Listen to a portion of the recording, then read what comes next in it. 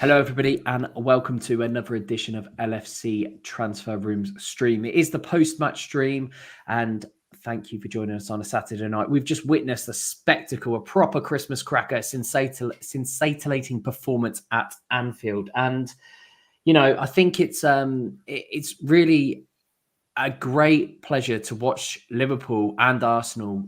Both competing for the top of the league, both chasing down Manchester City, and I think the attacking prowess that both teams showed, neither of them were happy to sit back and take a point. Ironically, obviously, they did take a point, but I don't think either team actually played out for it. And that's quite refreshing to see because let's face it, I think both teams, with Arsenal perhaps edging out Liverpool, especially in that last third, Liverpool might have taken a point, but they still went for it. There were still opportunities for both teams to win. Mihai, what did you think about the game in general? Do you think Liverpool approached the game in the right way? Yeah, it's still. I'm trying to kind of have a valid opinion. I don't know. It feels like in the first half they were a bit better, and then in the second, I thought we had some more clear cut chances. So I thought, in the end, I think it's a fair point. We'll take it. I just feel like in the second we've had quite a lot of chances, especially the one that Trent missed. So I was hoping for a win, but I guess in the end you kind of have to settle for the point. Yeah, I mean, we'll get onto that Trent mish. And Akash, you have made your debut tonight, so for LFC Transfer Room. So Jay was absolutely bang on. Who wishes us a Merry Christmas, and we wish you exactly the same as well. Welcome to LFC Transfer Room. And what did you make of the performance then? Your debut performance / post-match podcast. First of all, thank you for having me here, Rishi. And yeah, it's great to be doing this stream with you guys. I have been following you guys for a long time on Twitter, and of course, who doesn't follow? If you, when you are a Liverpool fan, you obviously follow the LFC transfer room. You guys have close to 300k, more than 300k followers now. So of course, thank you so much. And again, for today, I think I felt disappointed because I think come the end of the season, Richie, there will be two moments we remember from the match. One was the NBA dribble from Martin Odegaard, which I mean, I don't know. I mean, I understand it was a slip, but I wouldn't have been surprised if it was given for us for that matter, because at the end of the day, he handled it twice. And I don't know. It could have gone either way. And also that Alexander Arnold miss. I mean, I cannot I am just thinking if it was the Darwin Nunez, the Twitterati would have gone viral about it. But again, I guess it is a fair result as Mihai pointed out, and I hope that it doesn't cost us come the end of the season. I mean, listen, we'll talk about the miss and we'll talk about the game itself in general. But I think the first thing that we have to focus on is the performance that Liverpool played, because it was a much better performance than it was against Manchester United. And Yeah. I think, it's one of those that we wasn't playing a team against a low block that Liverpool traditionally under Klopp always have struggled with. Mihai, do you think that there was a performance there to be had that is worth noting from any Liverpool player? Do you think that any Liverpool player, there was two there that stood out for me, but do you think there was any Liverpool player that really shone today? I feel like I want to mention Soboslai just because of his defensive contribution today. I feel like usually when you talk about Soboslai, say like he's the one who kind of creates more and brings a bit of stability to the midfield. But tonight, I thought he was great in getting balls back, interception, stuff like that. I think he's having a bit of a, I don't know, he's not at his best he hasn't been at his best for the past month, but I feel like tonight he put a proper shift in. Maybe he's not in the best form, but he did run. He was all over the pitch, and I thought I'd like to mention him maybe because it wasn't necessarily spectacular in the offense, but I thought he did a brilliant job in midfield tonight. Yeah. I would actually like to put in a word here because I felt Konate was immense today. I mean, he absolutely pocketed Martinelli, and for me, I think it was for me Konate's best game in a Liverpool shirt because I think the way nothing could get past him today. Of course, credit goes to Joe Gomez also for how he handled the left back position after coming in, and even Endo for that matter, as one of our subscribers pointed out. But I think Konate for me was the real standout, guys.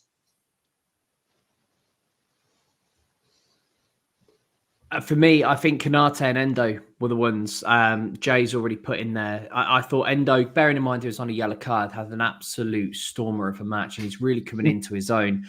It took a while, I would say, a couple of weeks, maybe a month, for him to bed down and to make sure that he understood. I don't think he misunderstood what it meant to play for Liverpool, but I certainly think that that step up, obviously from the German league, is one Yeah. hell of a step up. But now he's that absolute warrior. He's so solid, but it's his forward passes and his progressional passes that really, for me, makes him stand out. If I'm honest, he's not just a combatant midfielder. He is that, by the way. But also his forward passes too. I think that at 16 million, he's such an astute signing. I've been really impressed with him. And, even after a couple of average, maybe below average games, I did think I could see that tenacity and I could see that menace that he had in that midfield and, almost like a pit bull or a terrier type player. So for me, I thought Endo was brilliant. I thought Konate probably had his best game of the season in a Liverpool shirt. So I absolutely agree with you, Anakash. I thought he had his best game in a Liverpool shirt 100% because he was just here, there and everywhere, especially in defence. But, even on the midway point, I think that he's done so well to, again, not to come back from injuries, but like little niggling injuries. It's not a Joe Gomez sort of injury who, again, thought did well today. Yeah. And, for me, I think Konate and Van Dijk, as much as I love Matip and I love Gomez, a fit Konate and a fit Van Dijk, I think that's our centre Premier League's best pairing. And do you know what? I think we saw the two best centre back pairings in the Premier League today with Gabriel and Saliba as well. I mean, Mihai, Yeah. Saliba took the man of the match from Gary Neville. Would you agree with his man of the match decision at William Saliba? No. I don't know. I guess it's one of those things I think Arsenal fans are trying to, kind of praise him at pretty much any opportunity they get. I absolutely think he's a great player. He's a great center back. I think he will be probably one of the best in the Prem in the next few years if he's still young. Best player on the pitch, though, I don't know.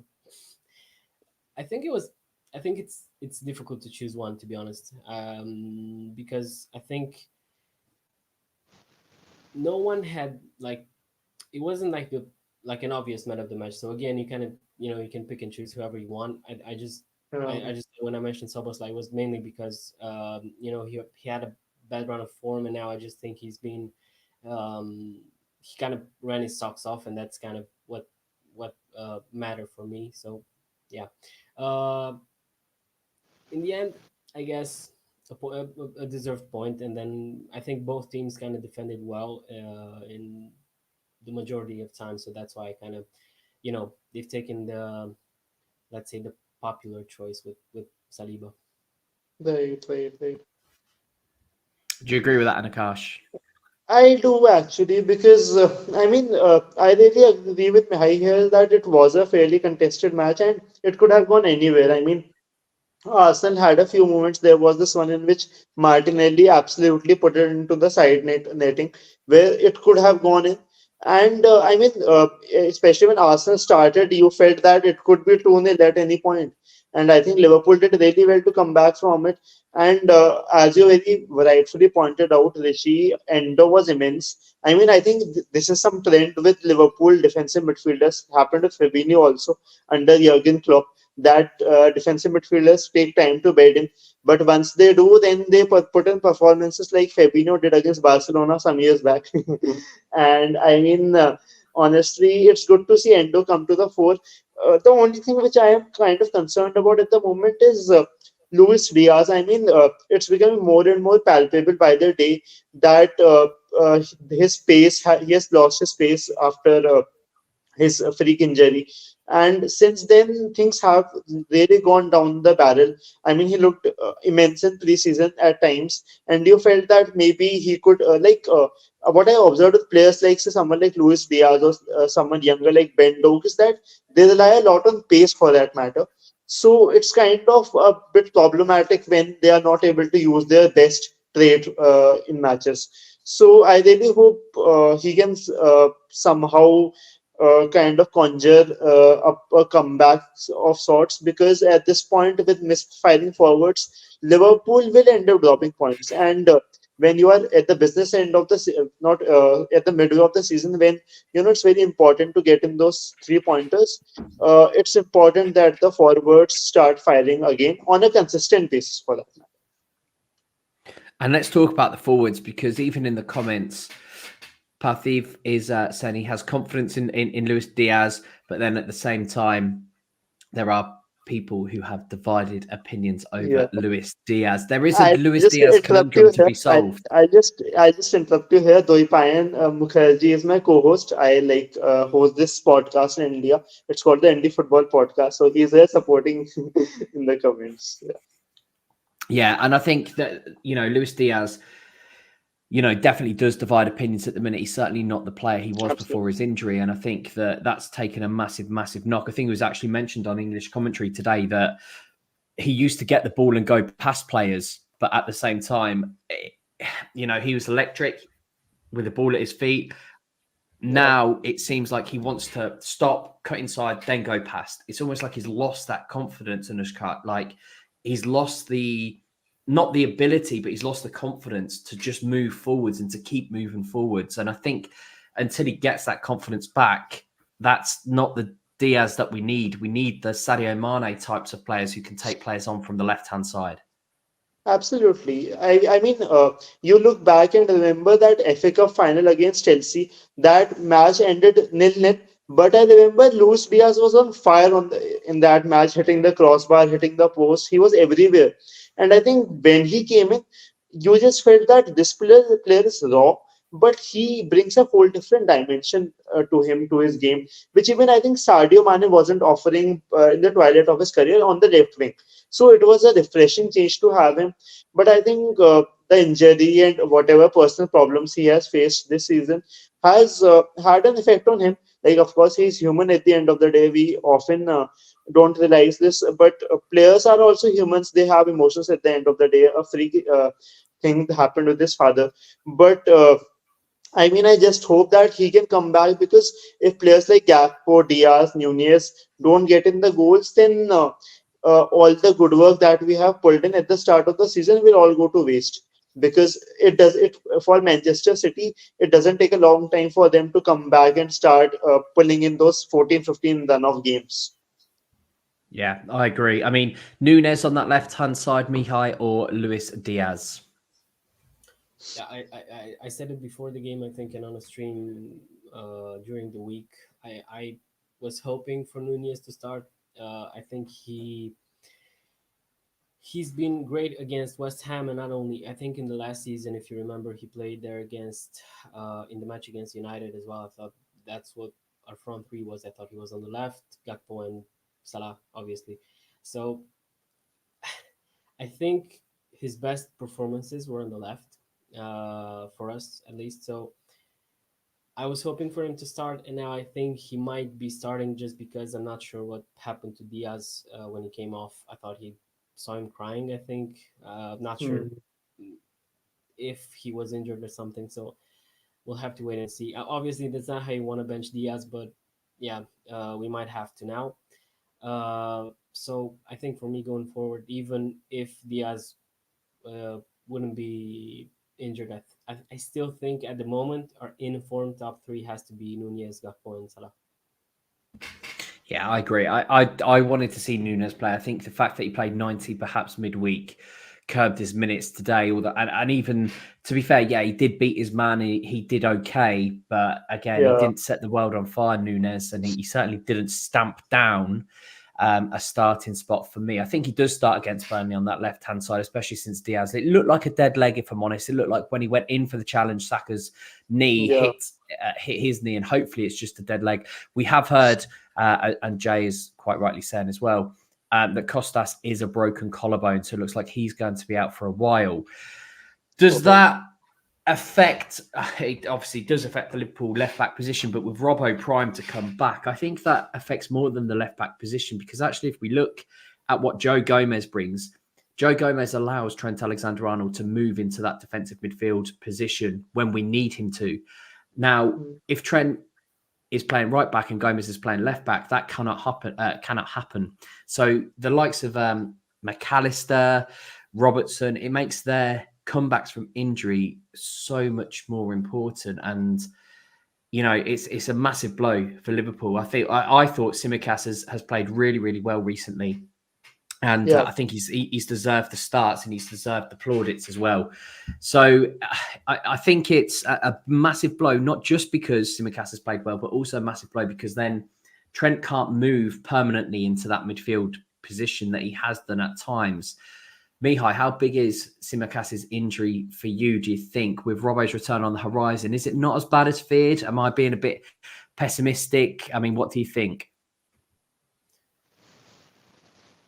I think it depends. The only, not the only, but the major reason for concern is just one that you've stated. Basically, what happens now is Gomez is probably going to be the one to play left back, and that means that when we need to, we can't do the switch, in the 60th minute like until now. We can just put Trent in the field and have Gomez on the right.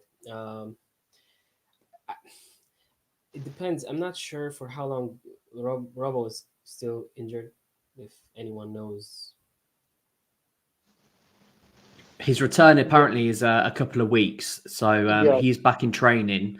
And again, I think it should be soon. So it's not the end of the world. But at the same time, it does allow us to be less fluid, I think, in that midfield if Trent can't play there and be deployed there. Yeah, my problem is not necessarily not necessarily the injury itself. Now the problem is that we still have quite a few matches and pretty important ones, I'd say. We have to play Newcastle now again. I think when's that? I think it's on New Year's Day. New Year's Day, that is 1st of January. And then Arsenal as well in the FA Cup. So, and thinking about it, if Robbo's return is going to be delayed, then you also have to think about that in January we're going to lose Mo Salah to the AFCON. And that's another issue that you have to keep in mind. So it is going to be a bit of it's going to be interesting, navigating the past few weeks. But if there's someone to get the best out of our players, it's Jurgen Klopp. So absolutely. Yes, it's now the Burnley game is a must-win because we drew this one as well. So, hoping we can put a competitive side. And Akash, Klopp has said, I don't know how it was not handball. I agree with it. Like I generally, I don't like handballs for handball's sake. Just because the ball hits the hand, it doesn't mean it's a handball. Ødegaard is slipping, and I get what Gary Neville was saying on commentary. If you didn't hear it, everybody else, like he was saying, he was slipping, so he puts his hand out to balance. Now, the funny thing about it is, I think if his hand hits the floor, he's supporting himself, and therefore it's not a handball. However, again, being a bit of a pedant here, putting his hand out and then almost like spinning his hand into the ball, almost like curls the ball around. And that is a handball, therefore, because he's not supporting. I mean, I know he's got a balance, and it's really difficult to say. And he doesn't do it deliberately at all. But there is a pass going through there. I thought, seeing it was a penalty. But then again, I also thought Aston Villa should have had a penalty last night from when Matey basically played basketball and handballed it as well. Do you think that Klopp has a right to say that it was a handball? And do you think that anyone can explain it away apart from the fact that he was just trying to regain his balance, Ødegaard? I think it's a bit between the two because the fact remains that although he was trying to regain his balance, but there's a certain way of doing it, and he could have used the floor instead of using the ball. And the fact that it killed the attack also, I think that was another reason which maybe should have gone in Liverpool's favor. And also, if you look at the replay again, it's like he's trying to get an NBA contract for that matter. So, I mean, for me, I personally feel that it should have been a penalty. But again, like if it was an Alexander Arnold doing the same thing, I wouldn't call it. So that's just me being a bit biased here. And I would be honest about it. But again, I think the only thing which we really have to review from this match was the Alexander Arnold miss. And I know I have said it again, but the fact is that the reason I am a bit fixated on it is because I think that was the moment. Because of course the matches are won in moments for that matter, but at the end of the day, there was one more than one moment in which we could have got the winner. So I think we have got ourselves to blame, and what we can do as a side is move on and as Mihai pointed out, and you also pointed out, focus on the Burnley game. Yeah, let's talk. I mean, that Trent Alexander-Arnold miss, it did look like the red arrows all moving forwards. It did look a spectacle to behold. But at the same time, Salah's pass, and again, his strength is in his passing, even though he's got lots of assists. It's never a smooth pass. It's never, if that was the other way around, you would expect Trent to roll it along the floor so it almost skids, so it doesn't bobble. Salah almost hits it on the bounce, which makes it bobble. And then it doesn't fall just right. Trent does have to lift it because if you look at the replay, Raya is Yeah, inches away from it. So he can't hit it at him. I don't think he's got time to be precise and hit into the corners. It just needs to be a couple of inches lower. But then if that pass was a couple of inches lower, or the ball doesn't bobble, or it skids along the surface, and that's a certain goal, or at least it boshed down, like almost a Tony Yeboah crossbar and in, rolling back the years there. yeah, So I think that miss was important. I don't blame Trent at all. I think that he got the technique right. He had to side foot it. He had to go high. I just think, again, football, like any sport, is all about margins and centimeters. I just think it was a couple of centimeters on the bobble, just a little bit too high. If that goes in, I think Liverpool take the points, all 3 points, absolutely. yeah. But alas, it's not to be. So it was a very, very big miss. Let's talk then about the next game, because the Arsenal game's been and gone. Okay, we've taken a point, not a bad result, not the best result, if I'm honest as well. But at the same time, we've got Burnley next. Now, Mihai, what do you think about Burnley? They come off the back of a very good win today, by the way, against Fulham. Really good win. Do you think that they pose Liverpool some problems, or do you think they set the bus and park it? I think that with company now, they're not going to be as defensive as they once were. I think I'm not as anxious going into the game as I was when Sean Dyche was managing them. I think they got a win today. I think so. They got their points. They don't have to rely on another or other three or whatever against us. So I don't think that. I honestly don't see how we're not winning that game. I think even if with a few injuries, I think we should be comfortably winning that. But then again, it's a midweek game. We've had that against Sheffield as well. They're never Mm. easy, especially with a newly promoted side. We know how we are playing away from home against newly promoted sides. So uh, I'm just at this point in the season, I think with the injuries as well, with the fact that we're playing games every 3 days, I think just take the 3 points. Maybe hopefully have a 2-goal lead going into the 80th minute, so we're not gonna go through what we went through against Fulham or Palace. So you know, just that's that. I think Burnley pose a different threat at home. You know that if they came to Anfield, I agree, Kompany doesn't want to sit back, but also you have to be very sensible when you come to Anfield. Now, Burnley, they are in the relegation zone. They're 3 points off Forest, and they will be definitely trying to get maximum points and cause another upset like they did today, especially with Luton causing an upset against Newcastle, which it must be the shock of the month. Apart from us obviously drawing to Man United because we should have definitely Yeah. beaten them about 5 or 6-0. But apart from that, they are going to come out and they do have to win, if I'm honest, Burnley now. Draws are no good for them. I think they're getting a bit too far behind, a bit too far adrift. Steve Cooper, leaving Forest and Nuno coming in, I think, again, considering the fact that Forest were down to 10 men and still managed to draw against a good Bournemouth team, I think Forest aren't going to be struggling. So Burnley really have to go away and hopefully come and attack us, Anakash. Is there anyone in there in that Burnley squad who you think could cause Liverpool a problem, or do you think it's the fact that Liverpool just have to go and win? See, it's as simple as that. I again might sound a bit biased, but I think Liverpool is going to absolutely batter Burnley. Simple as that. Because I think we heard a lot about Vincent Kompany's Burnley before the start of the season, that they have been doing this, they have been doing that in the championship. But the fact remains that at the end of the day, they haven't been able to transcend that form in the Premier League for that matter. Yes, they've had their moments, but for a team that got absolutely outclassed by Everton for that matter, and I mean, I know Everton is on a great run after the points deduction, but I don't see any way Burnley matching up to Liverpool. And yes, you did say right that they need a win for that matter, but I think Company is going to be sensible here. He's going to try for a low block because he knows when you come against the likes of Liverpool and City, you cannot really expect a win. Like, of course, if it happens, it's like a once in a whole season moment for a team. But I don't really see Burnley being a matchup for Liverpool, especially after them having dropped points against United, as you pointed out, and Arsenal.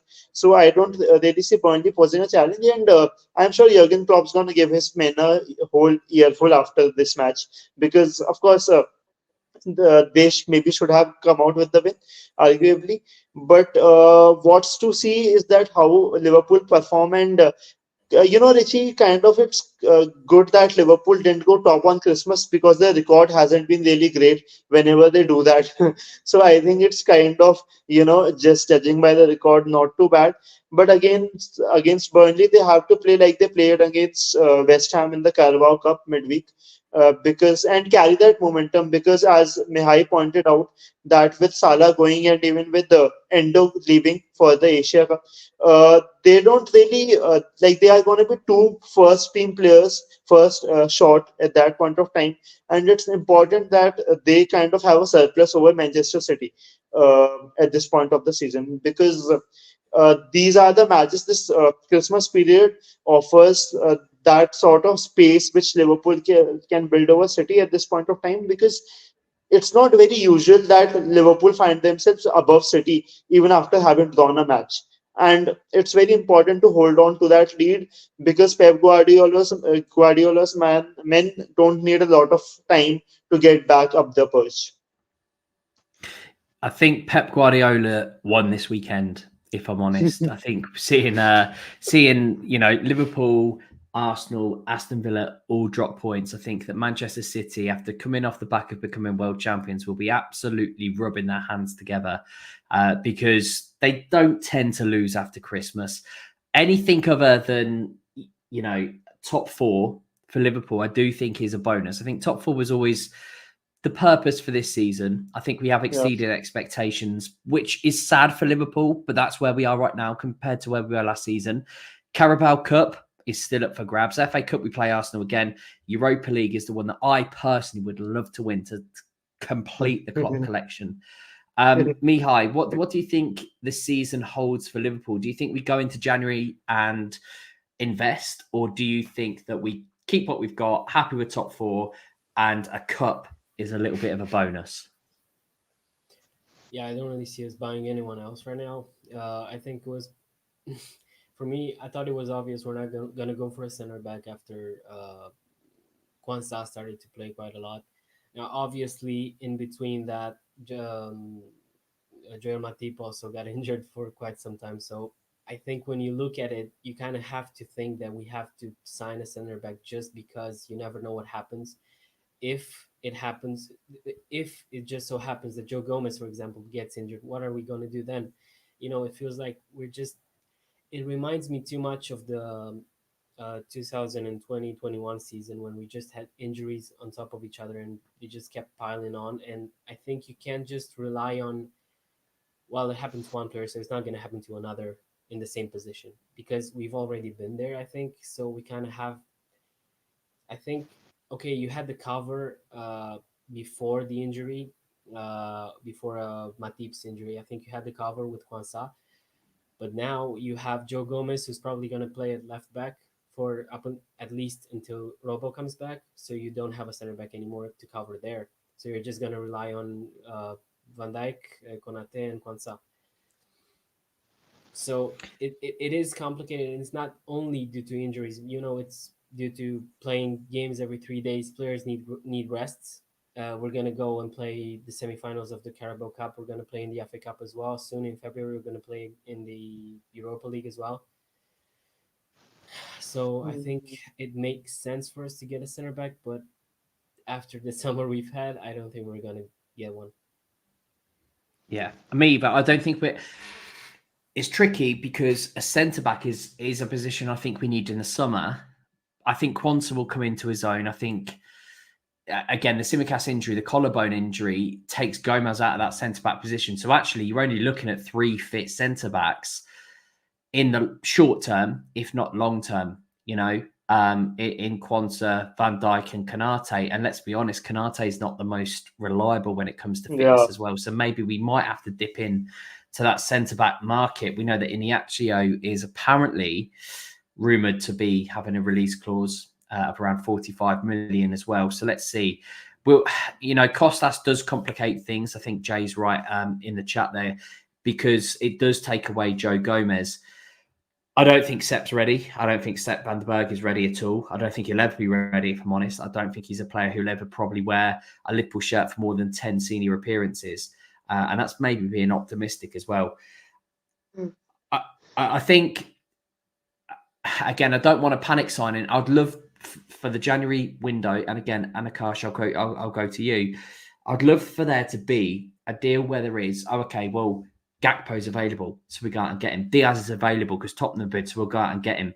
I don't want a Ben Davies panic signing, just to fill a void, just to say, oh yeah, we did go out and do something. I'm only up for buying someone if they're available. And I generally, apart from Iniaccio, including the sixes in the world, I can't see many available. Can you? Yeah, I mean, like in the summer, there were a few players available. I think Tosin from Fulham is another player who has been rumored for some time. In the summer, I think we would have gone for Levi Colwill if things had gone our way. But I think with Chelsea, nothing went our way in the transfer market in the summer. But honestly, I feel at this point of time, I really wanted Piero Hincapi from Bayer Leverkusen to come in, but I don't really see him getting in because some reliable reports have denied. So for me, I would like a centre half to come in, someone like Inacio definitely, but I don't really see it coming considering Liverpool have signed forwards in the January transfer market, but they haven't really dipped in for centre halves in the winter transfer market. So it's unlikely. And I think if Damon was here, as soon as you use the word investing, he would have said that FSG don't do that. But I mean, even I agree that I don't really see them getting another signing for that matter. But of course, what has happened to Tsmikas today has really complicated things, because not only was he in the best form of his life, he was actually starting to nail down that left back position, arguably ahead of Robertson, because he was really doing well. And I just feel that although Joe Gomez did a fantastic job defensively, we might have had a better chance of grabbing a goal if Tsimikas was there, because he brings in that creative sort of an outlet from the left flank.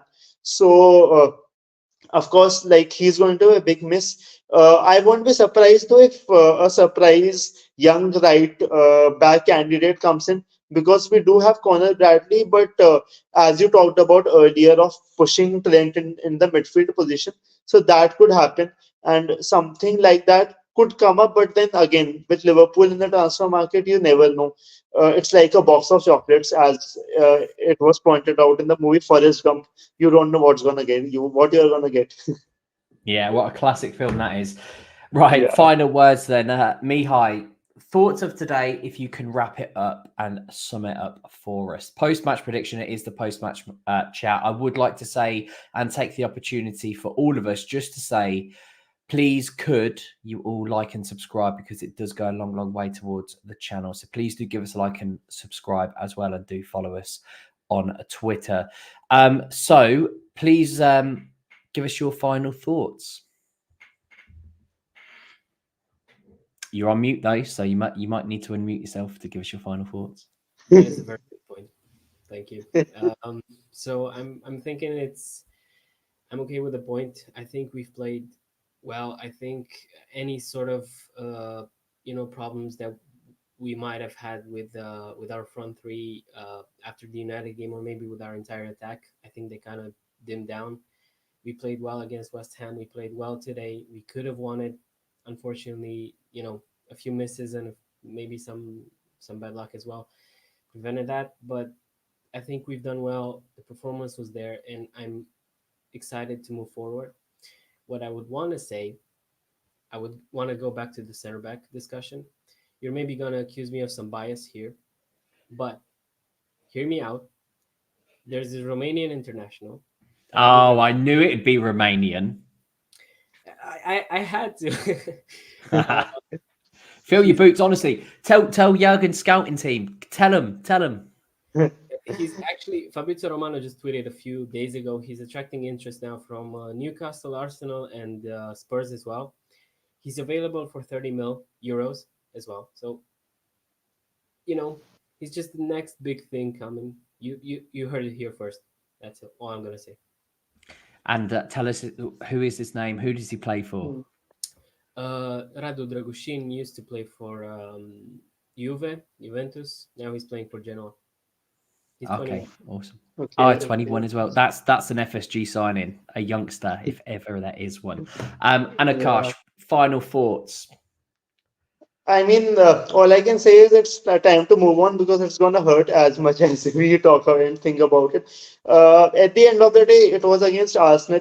It was a top of the table clash. So I'm glad that at least we got a point. And of course, everyone would have liked a win, and we deserved a win also, arguably. But I guess these points of the season will come in.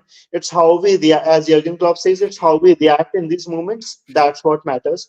And a win against Burnley is the perfect, starting point from this.